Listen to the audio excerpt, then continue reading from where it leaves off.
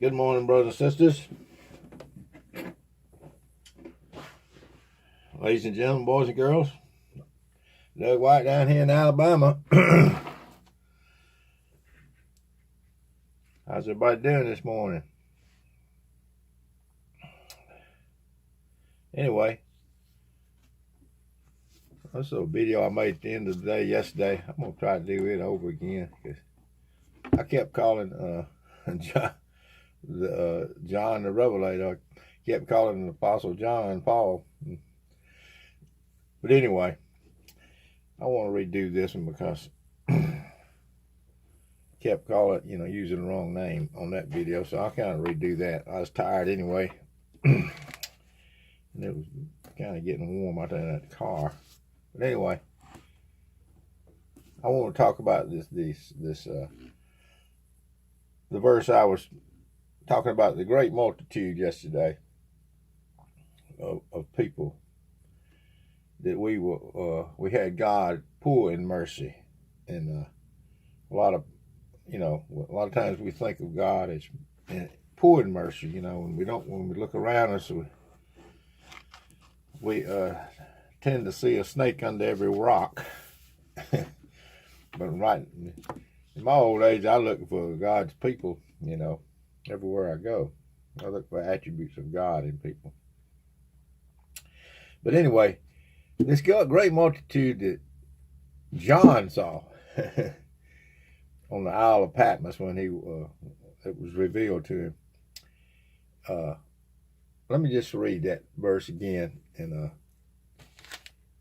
expound on it. See, the thing here is that Jesus Christ has all power right now. All power in heaven and earth is given to him.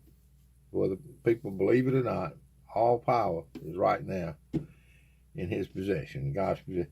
And he has a kingdom, a heavenly kingdom, right now, brothers and sisters, right now. Not going to be, but right now.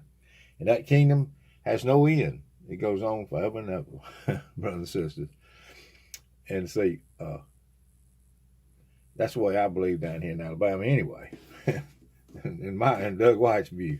He's ruling and reigning from heaven, and he has a people in that kingdom that there was no condition whatsoever placed upon any of his people that he loved from the foundation of the world, in my view, down here in Alabama. But anyway, John was taken up, or he saw this, how you want to put it. John saw it, and here's how it's recorded in the gospel in the book of Revelation. This is how I think it's 7 and 9. This is how he recorded. After this I beheld, and lo, a great multitude which no man could number, of all nations and kindred and people and tongue, stood before the throne and before the Lamb, clothed with white robes and palms in their hands. Brothers and sisters, here we are in the first century, a great multitude which no man could number. Can you imagine?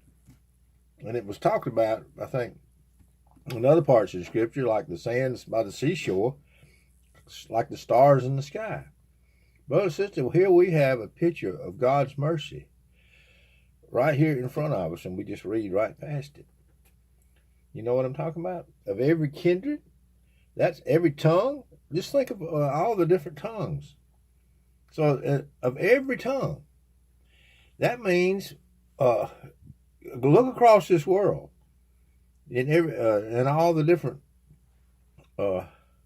nations. Let's see what it says. Of every kindred, every people, every tongue, say. Brothers and sisters, he's taking the people from all of these.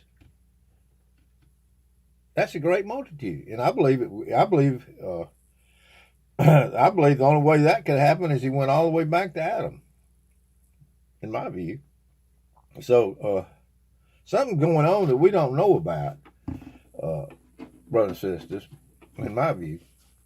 because I don't know what the population of the earth was back in the first century, but certainly I don't think it was that much. But anyway, what I'm putting it is this.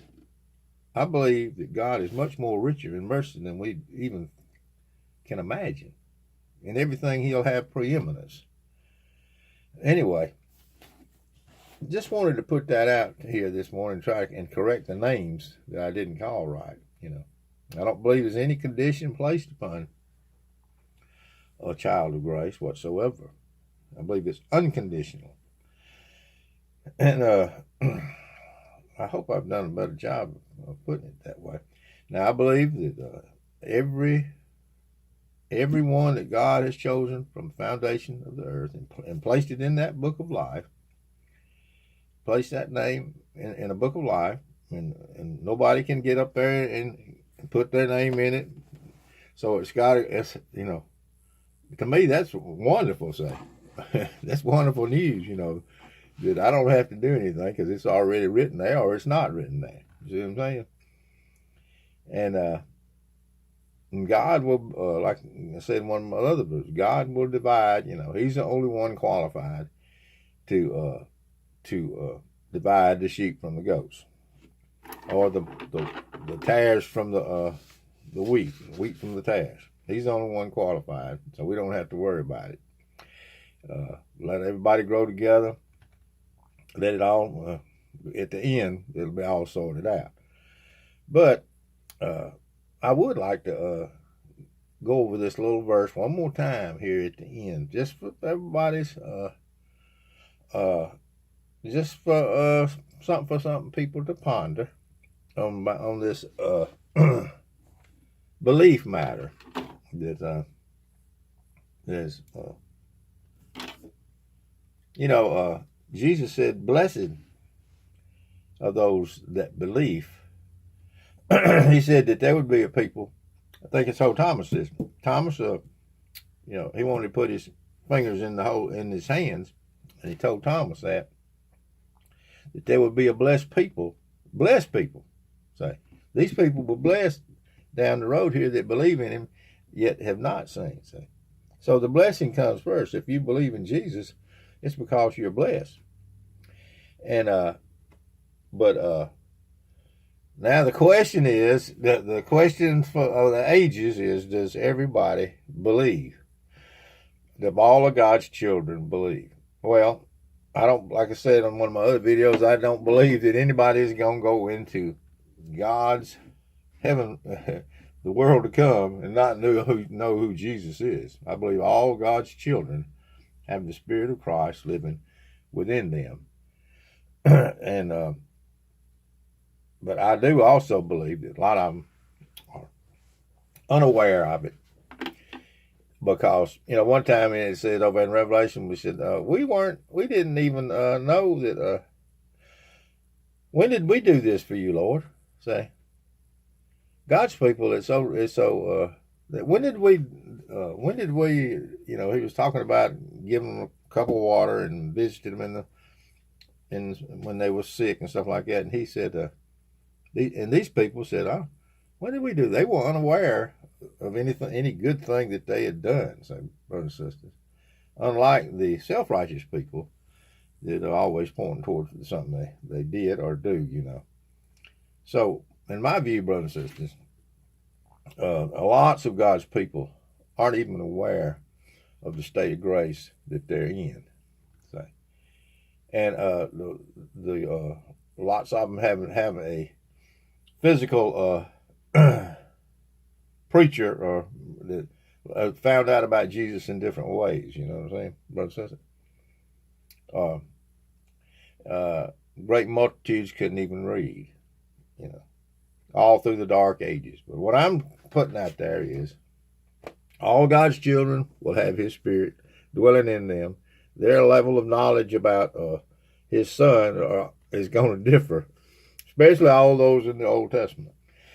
But I'm going to read this verse here to kind of close things off. I believe everybody that is born of God, that Jesus, our high priest, washed them in his own blood.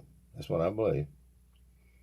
And they'll have his spirit, and they'll be in heaven if God has chosen them from the foundation of the earth, and he loves them. The whole thing's based on love. Whoever he loves is going to be with him. But anyway, I want to read this little thing here just for consumption on for people to think about. I put it in one of my other videos, but I'm going to do this one right here, and talking about the gospel. Or are there any people going to be in heaven that didn't believe the gospel? And you can make of it what you want to make of it. I'm going to fix and read it to you. And these were Paul thinking back about his Jewish brethren that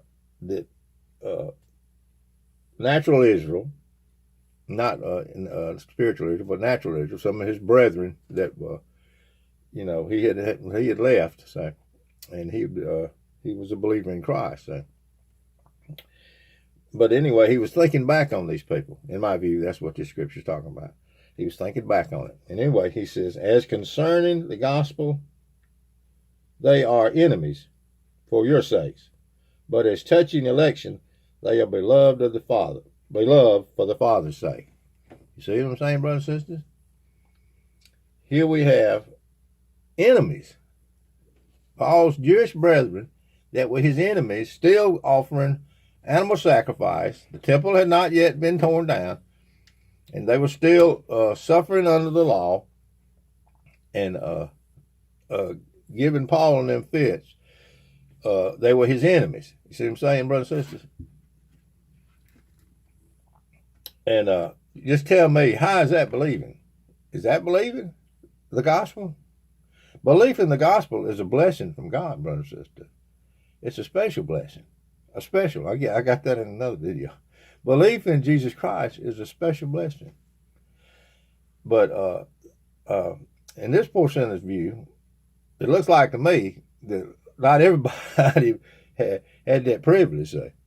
But anyway, it's a special blessing in my view. Blessed is a man whom the Lord will not impute sin. But see, there's some people here that, in my view, that did not believe the gospel, because how is that believing the gospel? Persecuting the early church and still offering animal sacrifice. But it says, as concerning the gospel, they're your enemies. Well, how is that believing the gospel, brothers and sisters? That's just a question I'm asking you.